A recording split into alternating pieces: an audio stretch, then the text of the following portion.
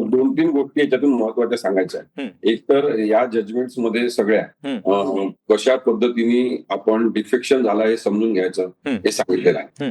दुसरी गोष्ट म्हणजे ओरिजिनल पॉलिटिकल पार्टी कशी समजून घ्यायची याच्याबद्दलचं या निर्णयामध्ये विश्लेषण. त्यानंतर विधानसभा अध्यक्षांनी त्यांच्यासमोर आलेली कारवाई जी आहे अपात्रतेची त्याच्यातली कार्यवाही म्हणजे कामकाज पद्धती त्यांची कशी राहील हे अनेक ठिकाणी या जजमेंट्स मध्ये सांगितलेलं आहे सगळ्या. आणि प्रायमा फेसी मुद्दा त्यांना डिसाईड करायचा आहे तो कसा करायचा हे सुद्धा सांगितलंय. मग त्यानुसार राहुल नार्वेकर विधानसभा अध्यक्ष असताना त्यांनी कामकाज केलं नाही हा एक महत्वाचा मुद्दा आहे. आणि त्यांच्या एका निर्णयाने म्हणजे एकतर त्यांनी निर्णय घेण्यासाठी विलंब लावला, त्या काळामध्ये प्रचंड मोठा फायदा एकनाथ शिंदे गटाला झालेला आहे हे मांडण्यात आलं.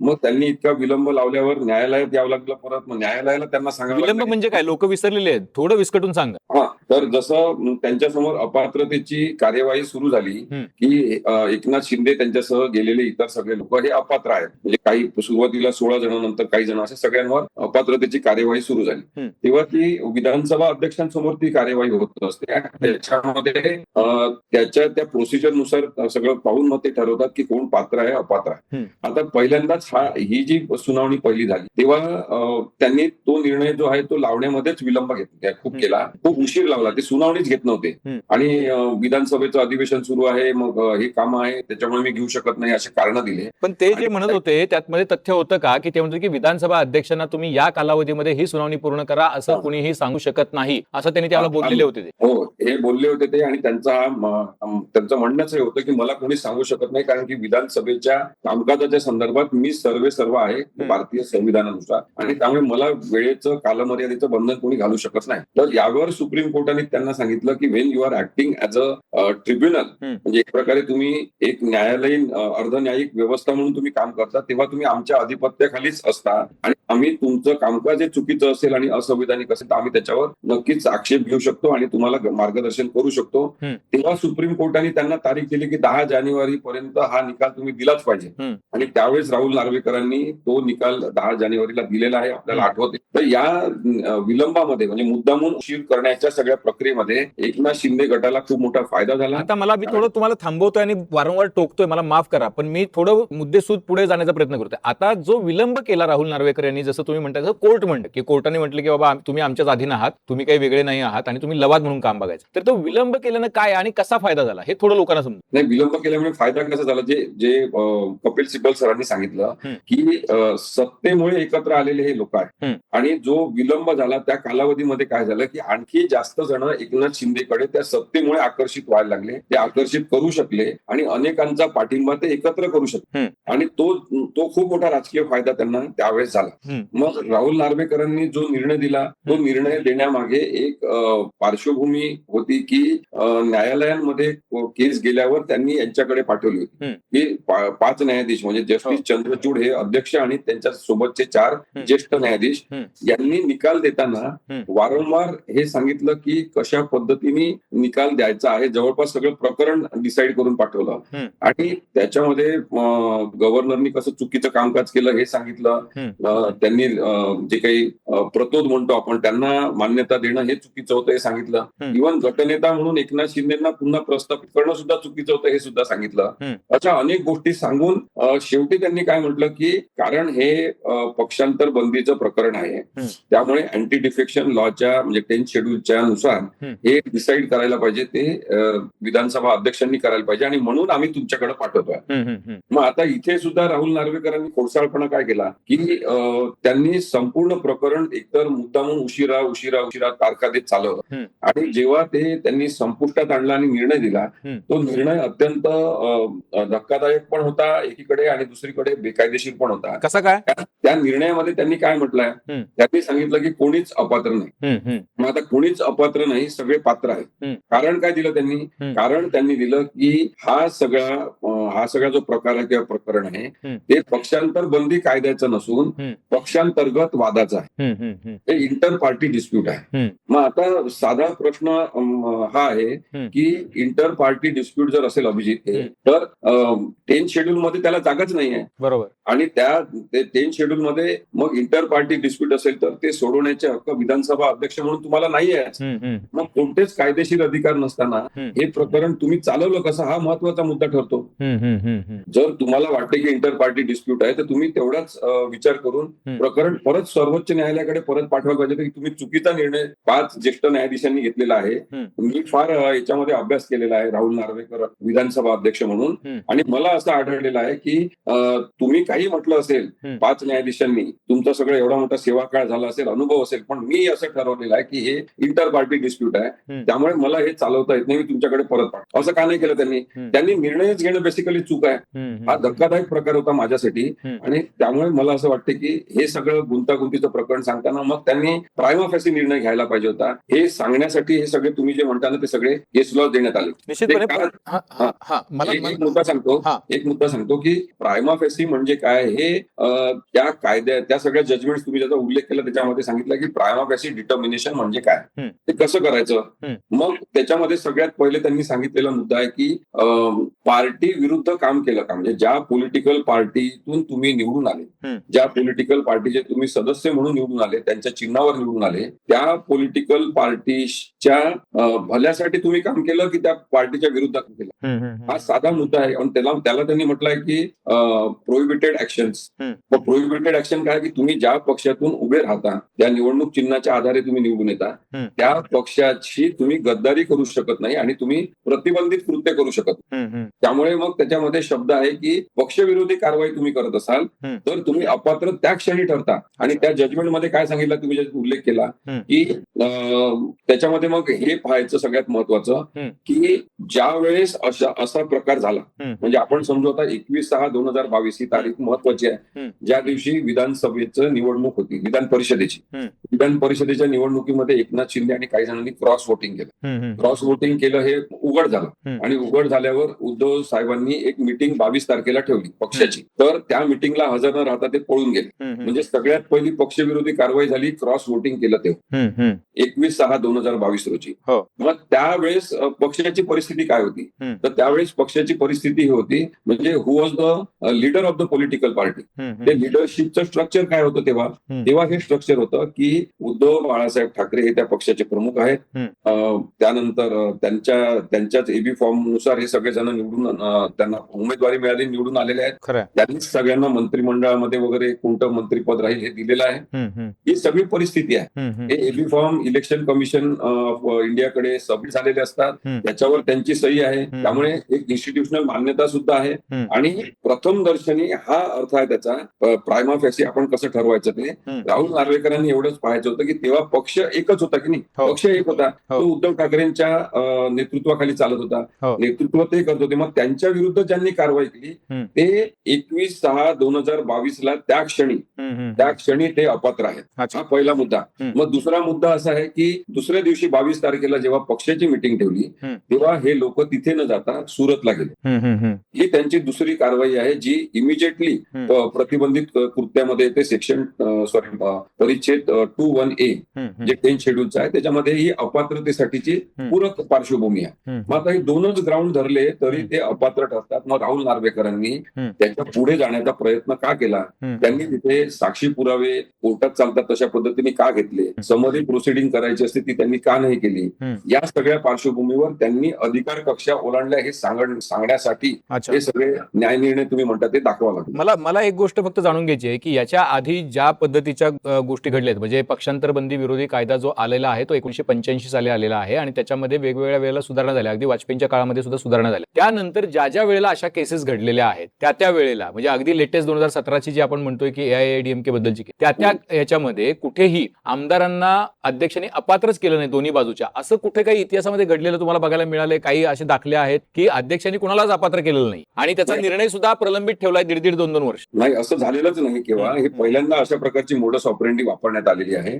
उशिरा निर्णय दिला असेल परंतु कुणालाच अपात्र केलं नाही असं झालं. कदाचित तो कालावधी निघून जाण्यासाठी मदत केली असेल पण अपात्रच ठरवलं नाही असं झालेलं नाही. त्यामुळे मला त्याच्या थोडंसं आता पुढे घेऊन जातो. मला आता आजच्या युक्तिवादामध्ये त्यांनी काय म्हटलंय की बघा, आमदारांना अपात्र ठरवा एवढीच मागणी नाहीये केलेली. आज तुम्ही मागणी काय केली की आमदारांनी पक्षत्याग केला हे आधी ठरवा आणि त्याचा परिणाम म्हणून निवडणूक आयोगाच्या पक्षचिन्हाच्या निर्णयाच्या आधारावर काय होतो त्याचा परिणाम हे पण ठरवा. आता असं की राहुल नार्वेकरांच्या निर्णयामुळे इलेक्शन कमिशनला सूट मिळाली आणि मग त्याच्यामुळे इलेक्शन कमिशनने पक्षचिन्ह त्यांना सोपवलं, अशा पद्धतीचा एक युक्तिवाद केलेला आहे आणि त्यामुळे ते पण गोष्टी ज्या आहेत त्या बदला. पहिला तर हा भाग लोकांना जाणून घ्यायचा आहे की पहिल्यापासून राहुल नार्वेकर सांगत होते की ते एक इंडिपेंडंट बॉडी आहे, ते काय क्वाशी ज्युडिशियल बॉडी आहेत आणि त्यांना कोणी अशा पद्धतीने आदेश देऊ शकत नाही. इलेक्शन कमिशन असेल ती पण एक इंडिपेंडंट संस्था आहे, ती पण एक स्वायत्त संस्था आहे, विधानसभा अध्यक्ष एक स्वायत्त संस्था आहे. तर या संस्थांनी दिलेले निकाल जे आहेत ते चॅलेंज होऊ शकतात, आता हे स्पष्ट झालेलं आहे. पण ते दिलेले निकाल पूर्णपणे फिरवू शकतं का कोर्ट? अगदी पूर्णपणे फिरवले जाऊ शकतात, कारण की मी तुम्हाला सांगितलं ते एक ग्राउंड आहे.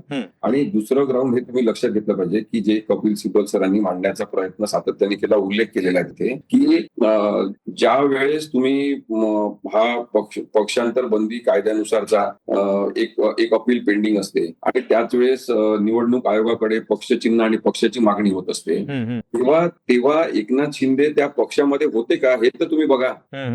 तुम्ही ते पक्षाचे घटक होते का हे तर बघा.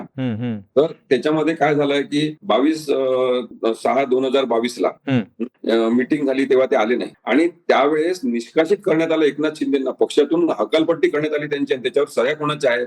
उदय सामंतची आहे, दादा भुसेची आहे, संजय राठोडची आहे. त्यांच्या वैशिष्ट्यपूर्ण सह्या आहेत, त्या तुम्ही पाहिल्या तुम्हाला लक्षात येईल. त्यांनी त्या सह्या कधी नाकारलेल्या नाही, आमच्या सह्या नाही असं म्हटलेलं नाही. अच्छा, त्याच्या सह्या आहेत, तुम्ही हे कोर्टात सादर केलेलं आहे सगळं. मग आता जर एकनाथ शिंदेना पक्षातूनच काढून टाकलं होतं तर ते पक्ष मागू शकतात का नंतर? हा प्रश्न सुद्धा मांडण्यात आलेला आहे. त्यामुळे सगळंच बेकायदेशीर करायचं असेल ना अभिजित, तर मग यंत्रणांचा जो काही वापर झालेला आहे तो बेकायदेशीर आहे. म्हणून मग जेव्हा सुप्रीम कोर्ट हे इंडिकेशन देत आहे की कदाचित आम्ही पक्ष आणि पक्ष चिन्हाचा वाद परत रिकन्सिडरेशनसाठी निवडणूक आयोगाकडे पाठवू, तेव्हा त्यांना सांगण्यात आलेलं आहे की इलेक्शन कमिशनच्या कामकाजावरच आमचा विश्वास नाही. मग आता लोकांना म्हटलं की विश्वास नाही असं म्हटलं की लगेच ते यांचा न्यायालयावर सुद्धा विश्वास नाही, यांचा याच्यावर पण विश्वास नाही. तिथले लोक विकल्या गेलेले आहेत, तिथले लोक भाडोत्री झालेले आहेत, ते पाळीव झाल्याप्रमाणे वागतात, तर मग त्यांच्यावर विश्वास नाही हे कोर्टासमोर सांगायचं नाही आपण. त्यामुळे ते सांगितलेलं आहे की त्यांच्याकडे परत पाठवू नका, संपूर्ण निर्णय तुम्ही घ्या.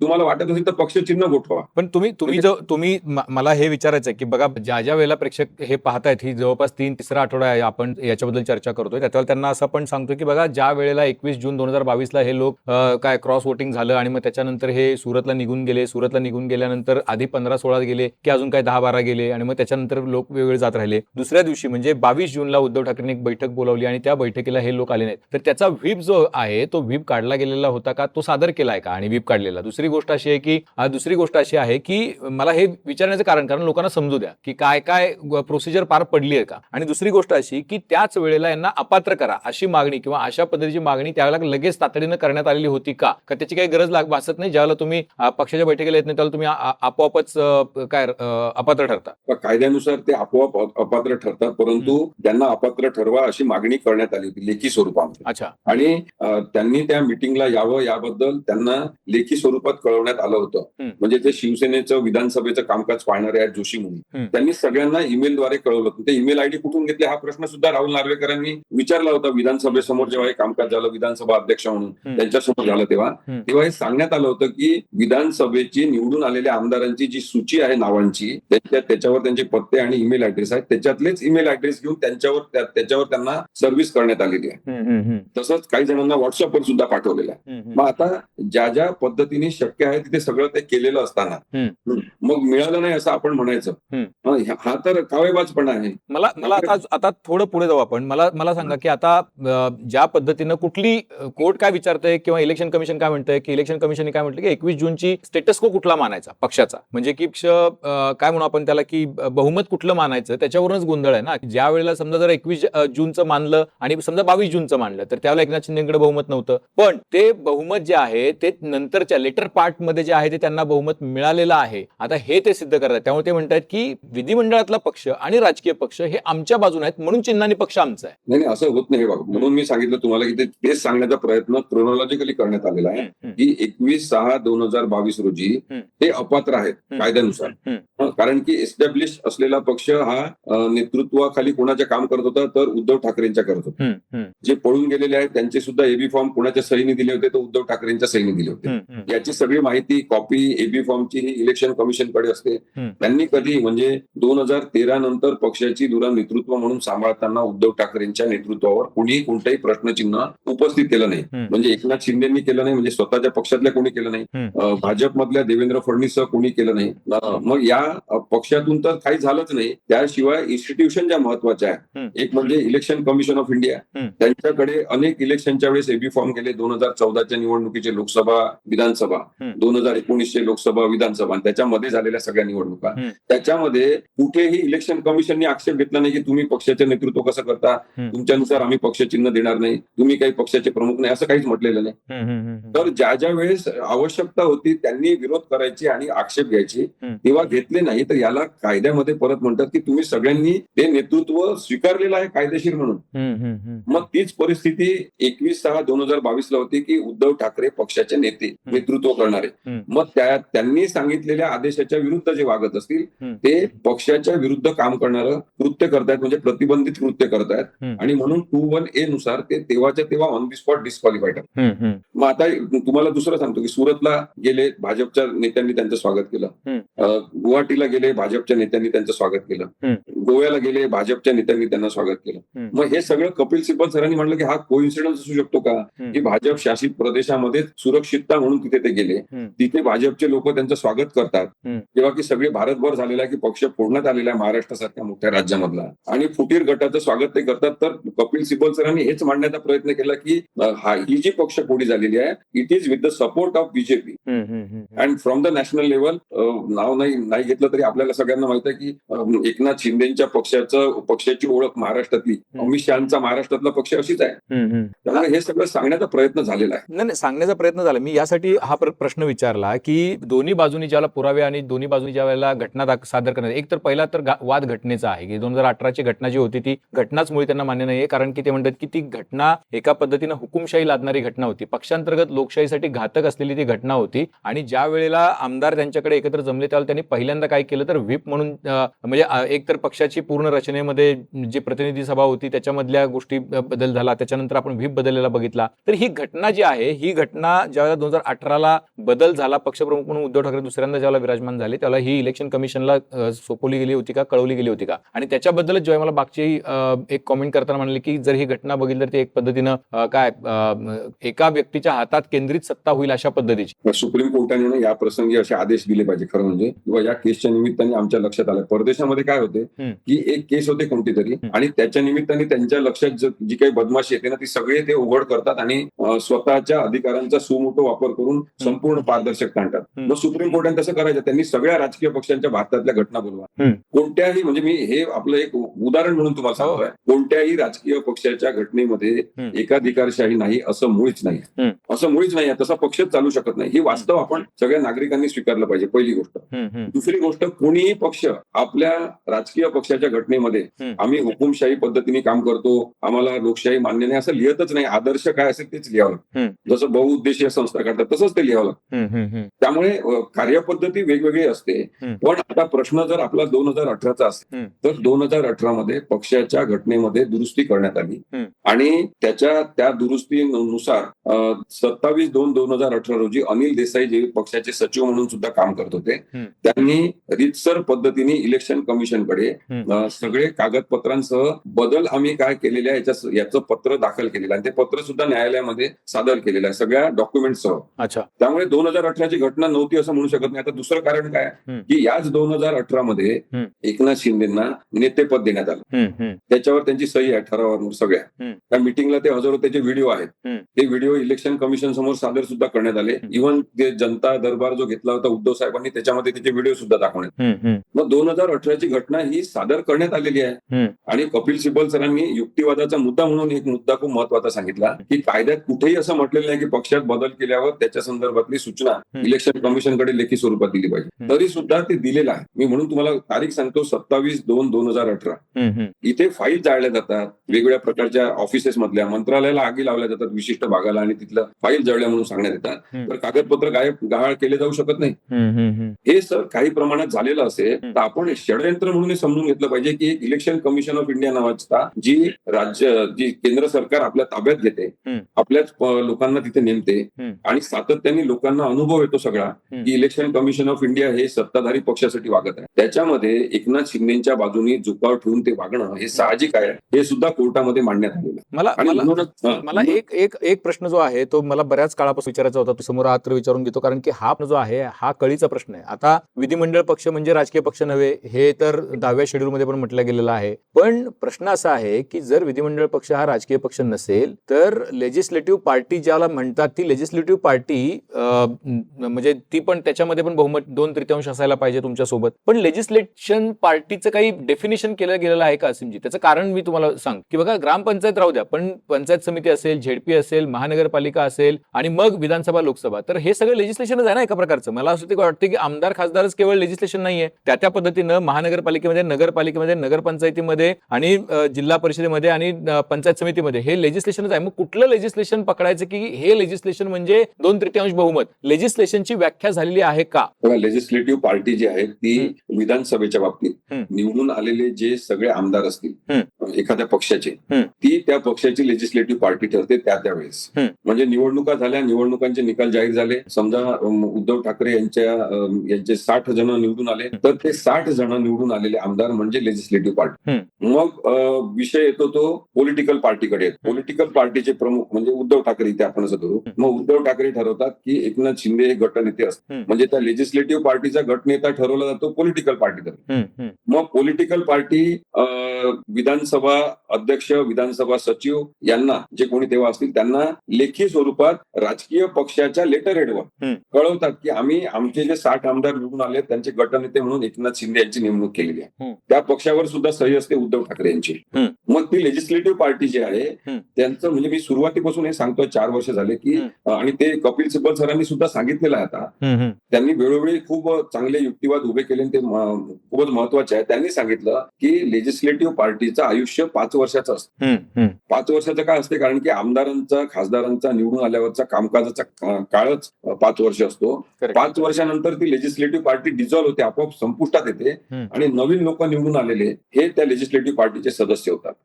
आणि त्यामुळे पॉलिटिकल पार्टीला जास्त वेटेज आहे, जास्त महत्व आहे. की पॉलिटिकल पार्टी चिरंतन चालणारी व्यवस्था आहे. म्हणजे बघा, पंडित नेहरू आले, इंदिरा गांधी आल्या, राजीव गांधी आले, सीताराम केसरी आले, कितीतरी जण काँग्रेसचे नेते आले आणि ते आले आणि गेले, ते त्यांचं निधन झालं. परंतु राजकीय पक्ष म्हणून काँग्रेस ही एक यंत्रणा राजकीय पक्षाची सुरू आहे. भारतीय जनता पक्ष एक मोठा पक्ष म्हणून सुरू आहे. लालकृष्ण अडवाणी होते, अटल वाजपेयी होते, सगळे गेले. वेगवेगळ्या लोकांच्या हातात पार्टी आहे, पण पॉलिटिकल पार्टी सुरू आहे. आणि काही लोक भाजपचे निवडून आले, मागच्या वेळेसचे पुन्हा काही जण निवडून आले नाही, ती नवीन लेजिस्लेटिव्ह पार्टी त्यांची झाली. तर लेजिस्लेटिव्ह पार्टीचं आयुष्य 5 वर्षाचं असल्यामुळे लेजिस्लेटिव्ह पार्टीच्या स्ट्रेंथवर आपण कोणती राजकीय पक्षावर पकड कोणाची आहे, नेतृत्व कोणाचं आहे, हे आपण बघायचं नाही, असं तत्व सादिक अलीच्या केसमध्ये 1972 साली जेव्हा 10 शेड्यूल अस्तित्वात नव्हतं तेव्हा ठरवण्यात आलं. जरा थोडं विस्ताराने सांगा सादिक अली केस, म्हणजे लोकांना पण कळेल की काय आहे. तर सादिक अली केस ही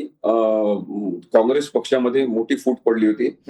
तेव्हा इंदिरा गांधींच्या नेतृत्वाखाली काँग्रेस ओ स्थापन करण्यात आला, सॉरी काँग्रेस जे स्थापन करण्यात आला.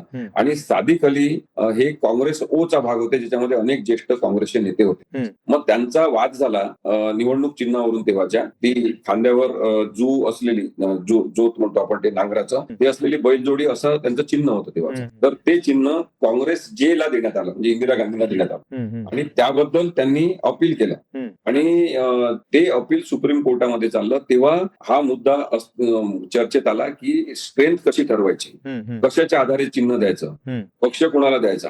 आणि तेव्हा हे नक्की झालं की आपण 3 प्रकारची टेस्ट पाहिली पाहिजे. एकतर पक्षाच्या मूळ उद्देशांना धरून कोण काम करत आहे, दुसरं त्याच्यामध्ये की राजकीय पक्षावर कोणाची पकड आहे, म्हणजे किती जणांचा पाठिंबा आहे राजकीय पक्षांचा, आणि नंतर आपण लेजिस्लेटिव्ह स्ट्रेंथ पाहिली पाहिजे. आता ह्या 2 वरच्या टेस्ट सोडून द्यायच्या, डायरेक्ट लेजिस्लेटिव्ह स्ट्रेंथ पाहायची, हे अधिकार काही इलेक्शन कमिशनला कोणी दिलेले नाहीये. आणि मी तुम्हाला सादिक अलीची केस 1972 मधली याच्यासाठी सांगतोय की तेव्हा 10 शेड्यूल अस्तित्वात नव्हतं, हे लक्षात घ्या. पण तरी सुद्धा एक न्यायिक शहाणपण आपण ज्याला म्हणतो, ज्याला इंग्लिशमध्ये ज्युडिशियल विजडम असं आपण म्हणू, ते 1972 मध्ये प्रस्थापित झालं. आणि नंतर काळ बदलत गेला. 1985 मध्ये 10 शेड्यूल आलं, त्यानंतर त्याबद्दलच्या केसेस झाल्या. पण महाराष्ट्राच्या केंद्राच्या संदर्भात महत्वाची केस परत सुभाष देसाईंची केस आहे, जी 2023 मध्ये 2023-24 मध्ये निकाल लागला. त्या केसमध्ये सादिक अलीचा रेफरन्स घेऊन सुप्रीम कोर्टाने नक्की सांगितलं की सादिक अलीमध्ये जे न्यायिक तत्व सांगितलेलं आहे तेच प्रस्थापित न्याय तत्व आहे. ठीक आहे. मला शेवटचा प्रश्न विचारायचा आहे की तुम्ही आता ज्या काही गोष्टी सांगितल्या, जनता पक्षाच्या बद्दल पण ते झालेलं होतं, आपल्याला कल्पना आहे की तेच बाब काँग्रेसच्या बद्दल झालेली होती, आपल्याला त्याच्या आधी पण कल्पना आहे की या सगळ्या गोष्टी इतर पक्षांच्या बद्दल पण झालेल्या आपल्याला बघायला मिळालेल्या होत्या. आता या सगळ्यामध्ये अगदी लेटेस्ट मी म्हटलं की जसं की काय रामविलास पासवान यांचा पक्ष फुटलेला होता, त्या केसमध्ये पण आहे. आणि आपण आता 2017 मध्ये ज्याचा निकाल लागला, निकाल नंतर लागला, पण 2017ची केस आहे AIADMK. कुठल्याही अशा केसेसमध्ये चिन्ह फ्रीज न करता असं ते एका कुणाला तरी सोपवलेलं आहे, अशी उदाहरणं किती बघायला मिळेल? खूपच रेअर आहेत. आणि त्याच्यामध्ये आहे ना तिन्ही चाचण्यांवर आधारित टेस्ट घेऊन नंतर ते चिन्ह देण्यात आलेलं. नाहीतर मॅक्झिमम केसेस म्हणजे 85% केसेसमध्ये चिन्ह गोठवण्यातच आलेलं आहे. ट्रिपल टेस्टचा हे ठरलेला आहे, काय क्रम ठरलेला आहे? हो, क्रम ठरलेला आहे. आणि डायरेक्ट ही अशी टेस्ट करायची लेजिस्लेटिव्ह मेजॉरिटीची असं अपेक्षितच नाही आहे. आणि म्हणून हा सुद्धा मुद्दा लक्षात घेतला पाहिजे, जो न्यायालयाच्या नजरेत आणलाय की 19 लाख पेक्षा जास्त प्रतिज्ञापत्र लेजिस्लेटिव्ह पार्टी तर्फे म्हणजे शिवसेना राजकीय पक्षाची स्ट्रेंथ दाखवण्यासाठी उद्धव साहेबांतर्फे दाखल करण्यात आले. आणि 4 लाख पेक्षा जास्त हे एकनाथ शिंदेतर्फे दाखल करण्यात आले.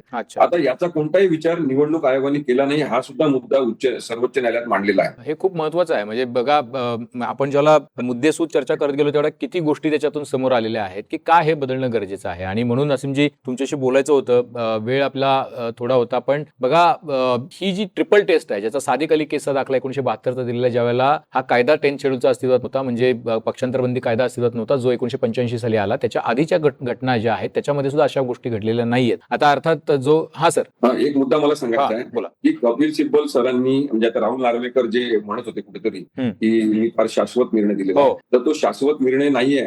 उलट त्यांनी निकाल दिलेल्या 157 नंबरच्या पॅरेग्राफ मध्ये तर खिल्ली उडवण्यात आली सुप्रीम कोर्टामध्ये. एवढंच नाही तर जो निर्णय दिलेला आहे सुप्रीम कोर्टाच्या 5 न्यायाधीशांनी सुभाष देसाईच्या केसमध्ये, त्याच्यामध्ये तर पानांवर त्यांचा निर्णय कसा चुकीचा हे सांगितलेला, बेकायदेशीरता त्यांनी कशी आणली हे सांगितलेलं.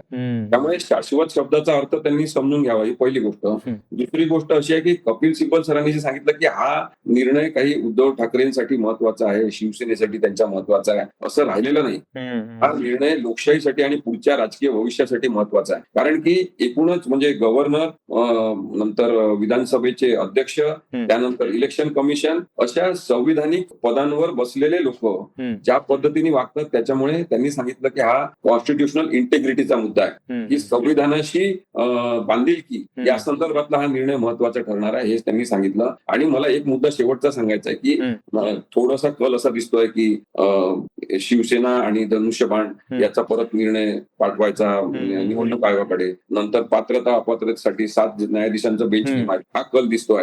आणि त्यामुळे कपिल सिब्बल सरांनी आधी अपात्रतेचा निकाल द्या, मग पक्ष कोणाचाही ठरवा हे सांगितलं, कारण ते इंटरलिंक आहे. आता मला याच्यातला मुद्दा हा मांडायचा आहे की एक अत्यंत महत्वाचं कलम आहे भारतीय संविधानामध्ये, आर्टिकल 142.